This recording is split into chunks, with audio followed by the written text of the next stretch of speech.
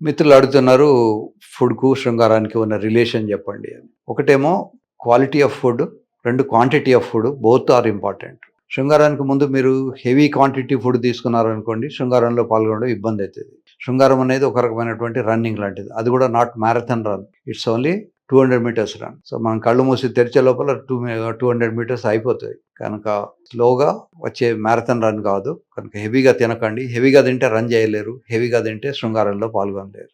మరి మనకు ఒక మంచి ట్రెడిషన్ ఉంది.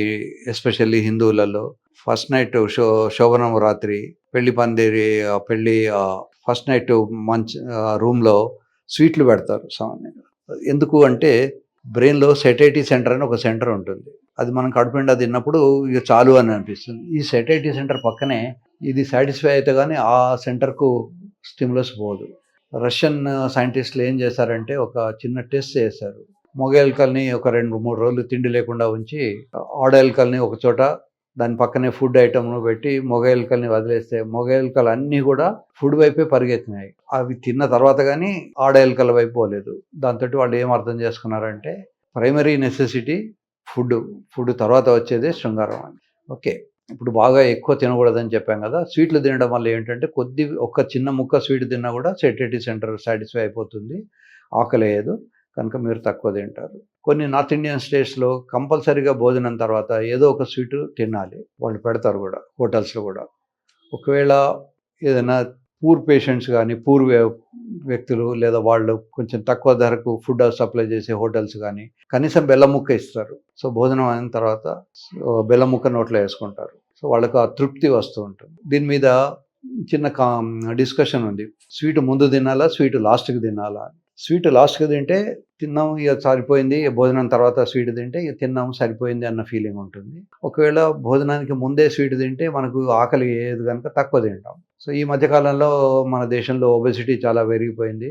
మన గౌరవనీయ ప్రధానమంత్రి గారు కూడా ఈ మధ్య మన ఇండియాలో చాలా మందికి ట్రంకల్ ఒబెసిటీ పొట్టలు వస్తున్నాయి. కనుక ఒక 1/4 ఆఫ్ ఆయిల్ కన్జంప్షన్ తక్కువ చేయండి అని వారు మనందరికీ ఒక సందేశాన్ని కూడా ఇచ్చారు. సో పొట్ట తగ్గించుకోవడం అనేది మంచిదే. పొట్ట తగ్గించుకుంటే మన ఆయుష్ పెరుగుతుంది. ఒక్కొక్క ఇంచుకు కొన్ని సంవత్సరాల ఆయుష్ తగ్గిపోతూ ఉంటుంది. కనుక పొట్ట తగ్గించుకునేందుకోసమని ఆయిల్‌ను తక్కువ చేయండి.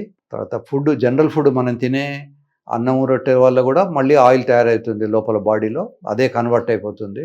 ఒక్కోసారి నాకు పేషెంట్లు చెప్తారు, సార్ నేను కొంచెమే తింటున్నాను. దురదృష్టవశాత్తు ఆ కొంచెం తిన్నది కూడా వారికి మెటబలైజ్ కాకుండా అది ఆయిల్‌గా వెళ్ళిపోతుందని అర్థం. ఎవరైతే కొంచెం పొట్ట తగ్గించుకోవాలనుకుంటారో వాళ్ళు కూరలు, ఆకుకూరలు అవి ఎక్కువ తినేసి అన్నం గానీ, రొట్టెల అమౌంట్ గానీ తగ్గించుకోవాలి. ఇంకా ఇవంతా క్వాంటిటీ గురించి మనం మాట్లాడాం. ఇప్పుడు క్వాలిటీ గురించి మాట్లాడదాం. క్వాలిటీ ఆఫ్ ఫుడ్‌లో ఏమిటి అంటే ప్రోటీన్స్, కార్బోహైడ్రేట్స్, ఆయిల్స్ అని 3 మేజర్ రకాలుంటాయి. ఈ కార్బోహైడ్రేట్స్ ఎక్కువ తీసుకున్నప్పుడు అవే కన్వర్ట్ అయిపోయి ఆయిల్‌గా మారిపోతుంటుంది. ఫ్యాట్స్ అయిపోతాయి. కనుక కార్బోహైడ్రేట్స్ తగ్గించుకోవాలి. ఎస్పెషల్లీ మన తెలుగు రాష్ట్రాల్లో మనకి ఏమిటంటే అన్నం ఎక్కువ, కూరలు తక్కువ తినే అలవాటు ఉంటుంది. కార్బోహైడ్రేట్స్ అంటే అన్నము, రొట్టెలు ఇవన్నీ కూడా కార్బోహైడ్రేట్స్‌ను సప్లై చేస్తాయి. పప్పులు, పప్పు ధాన్యాలు, మాంసము ఇవన్నీ కూడా ప్రోటీన్స్ ఎక్కువ ఉంటాయి వీటిలలో. ఇకపోతే స్ప్రౌట్స్ కూడా ప్రోటీన్స్ కిందకే వస్తాయి. స్ప్రౌట్స్‌లో కూడా హైయెస్ట్ ప్రోటీన్ ఉంటుంది. ప్రతి కిలోగ్రామ్ వెయిట్‌కు 1 గ్రామ్ ప్రోటీన్ వచ్చేట్టుగా ఫుడ్ తీసుకోవాలి. అలాగే ఫ్యాట్స్ కూడా తగ్గించి తీసుకొని, కార్బోహైడ్రేట్ కూడా తగ్గించి తీసుకుంటే ఉంటుంది. యూజువల్‌గా మనందరికీ కూడా ప్రోటీన్ డెఫిషియన్సీ ఉంటుంది. Majority of the people suffer from protein deficiency. ఎవరికో కొద్ది మందికి యూరిక్ యాసిడ్ ఉన్న వాళ్ళకి మాత్రమే ప్రోటీన్స్ ఎక్కువ తినొద్దని చెప్తాము. కనుక మిగతా వాళ్ళందరూ కూడా ప్రోటీన్స్ ఎక్కువ తీసుకోండి. కార్బోహైడ్రేట్స్, ఫ్యాట్స్ తగ్గించుకోండి.